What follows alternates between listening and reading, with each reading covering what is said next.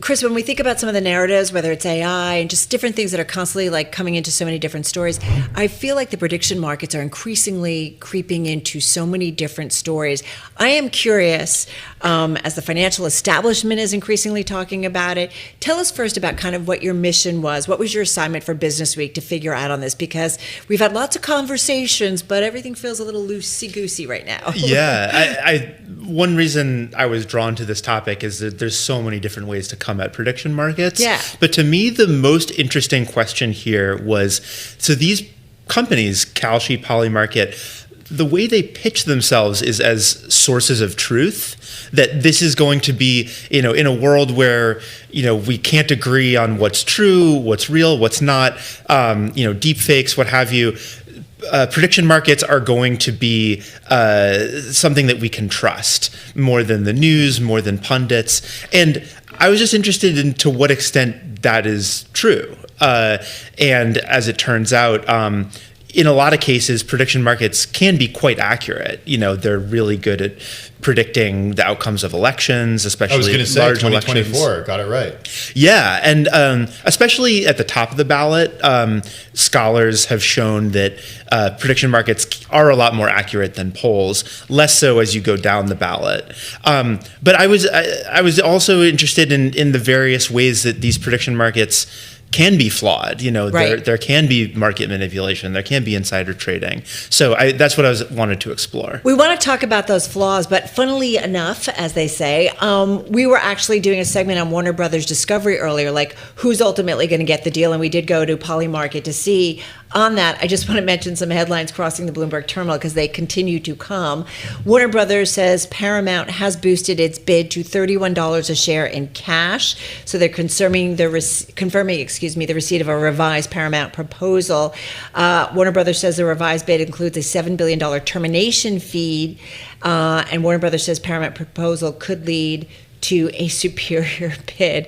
And we know the Warner Brothers board still recommending the Netflix transaction. So this continues on. So anyway, these are the kind of things, though, that are showing up. Is there a prediction for when this story ends? Because this has been going on for a long time. I feel like it just keeps going over new and new bids. You get into, though, the fraud aspect. And I think we are thinking about people who are maybe, creating a bid or something and has some control over the outcome. That's a real issue. Absolutely.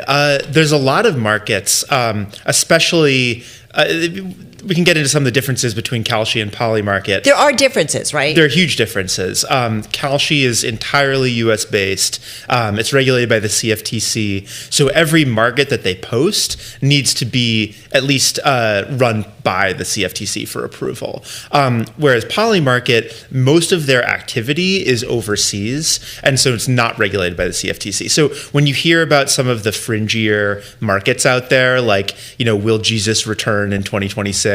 Will the U.S. discover aliens in 2026? Wait, this is fringy? Wait. Only kidding. Depends. We are getting some release from the White House, my understanding, when it comes to aliens, but that's another story. But go ahead. Yeah. I mean, those kinds of markets tend to be more on Polymarket because they would not pass muster with the CFTC. Does it make, though, the other stuff that's on any less real? I don't know. I don't even know how to, how do you gauge the credibility of what's the credibility here? Of what? Like if Jesus is back, or what? So part of it, is it just a game?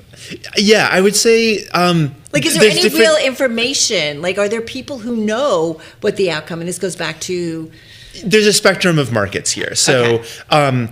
You'll not be surprised to learn that these companies, Kalshi, Polymarket, they like to emphasize the more serious markets where you can predict the outcome of elections, or you can predict what what inflation is going to be, or what the Fed is going to do next quarter.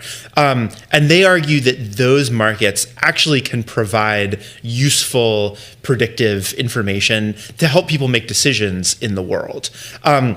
That's one end of the spectrum. The other end of the spectrum is much more kind of almost entertainment, like predicting whether aliens are going to appear. Well, there's also the sports betting part of this, or maybe predicting outcomes of sporting events. I don't want to say betting because I don't know if it is betting, but you have told me in the past that in reporting this story, you did place a bet on one of these, right, for the Patriots? Yeah. turned out to be a huge mistake. But yes, this is so. The vast majority of the activity that happens on Kalshi is sports betting, and I think it's okay to use that word. Something like 80 or 90% of Kalshi is sports. Polymarket, 100% of its U.S. activity is sports focused. Overseas is a different story. So 100% of what you see on Polymarket in the US is sports focused. Correct. Okay. Because those are the only markets they've gotten approved by the CFTC. So then why are people using that instead of FanDuel or DraftKings? Part of it is just the interface is a lot simpler. Like if you go onto FanDuel or DraftKings, there's a lot of complex measurements, and you have to know what a spread is, and it gives you the options to parlay different bets within a football game. Whereas with Kalshi or Polymarket, it's very simple. It's, do you think this team is going to win or not? Yeah. And you can make more complex bets, but it's a lot more user-friendly. You earlier referenced, and we'll talk about mention markets in a few minutes, but you earlier referenced the accuracy of these, especially at the top of the ballot in the scholarly articles that have cited this as being more accurate than polling. Why is that? Is it because, as proponents say, people are putting money where their mouth is? And that was kind of to my question, like what's unique about the value, and like do they really have some insight that is valuable? Because it was pretty remarkable in some of the elections, right? Yeah, I think what it comes down to is polling and prediction markets are just completely different ways of collecting information. Polling, you're asking people what their personal opinion is, and polling, especially in the last decade or two, has in some ways gotten worse and worse because of cell phones and who responds and who doesn't. Whereas prediction markets, you're asking a different question. You're asking them, regardless of your opinion of who should win an election, what is going to happen? What do you think other people are going to do? And so really, the idea is that you're aggregating information like any market, but here you're aggregating different pieces of understanding about the election and how it'll play out. As you speak about this, I'm thinking to a site like Wikipedia that uses the wisdom of the crowd, supposedly. This is also supposed to use the wisdom of the crowd, but Wikipedia gets in trouble for bias. Is it possible to have bias in prediction markets?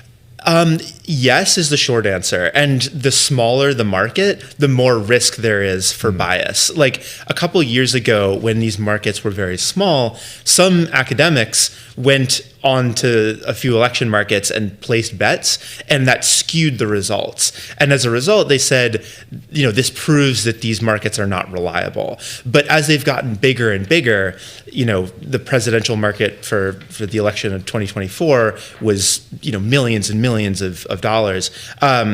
That potential for manipulation has been greatly reduced. We're talking with Chris Beam, contributor for Bloomberg Business Week, here in our Bloomberg Interactive Broker studio. This is on the Bloomberg Business Week cover story, his cover story on how prediction markets, Polymarket, and Kalshi are gamifying the truth. Do they need to be regulated? Does there need to be oversight? Because are people, you can make money. So are people gaming the system potentially? Yeah, there is regulation already. You're right. You did say there was. Forgive me. Yes. So the CFTC currently has authority over derivatives trading, and technically these are called event contracts. So that's a type of derivative. Right. So the CFTC is in charge of what contracts are allowed and what are not. As you might know, there's this huge debate over whether the states should regulate these prediction markets as gambling, and that would be much tighter. It would probably mean taxing them a lot more than they are currently. Yeah, I mean, because to be fair, the gambling platforms, the traditional ones, are taxed in a way that these aren't taxed for sports betting, right? Yeah. I think when you bet on Polymarket or Kalshi, it's taxed as just regular income. So let's just briefly mention mention markets. I love the way the piece opens, talking about this, what happened with Jerome Powell and this mention markets around Jerome Powell. That's sort of our audience. Explain what happened with the utterance of a word by mistake. We only have, unfortunately, about a minute or so. Oh, sure. So, people know that every word that Jerome Powell says in a speech can move markets. But in this case, you have traders on Polymarket and Kalshi watching a speech, paying attention to literally what words will come out of his mouth. And so, you had people betting that he was going to say the word renovation because they thought he might be talking about the DOJ investigation. It turns out he did end up saying it, but a lot of people didn't realize it until after the fact. So there was this whole debate. Did he actually say the word? Which reveals one of the problems that comes up with these markets, which is it can often be hard to tell what the actual factual outcome is.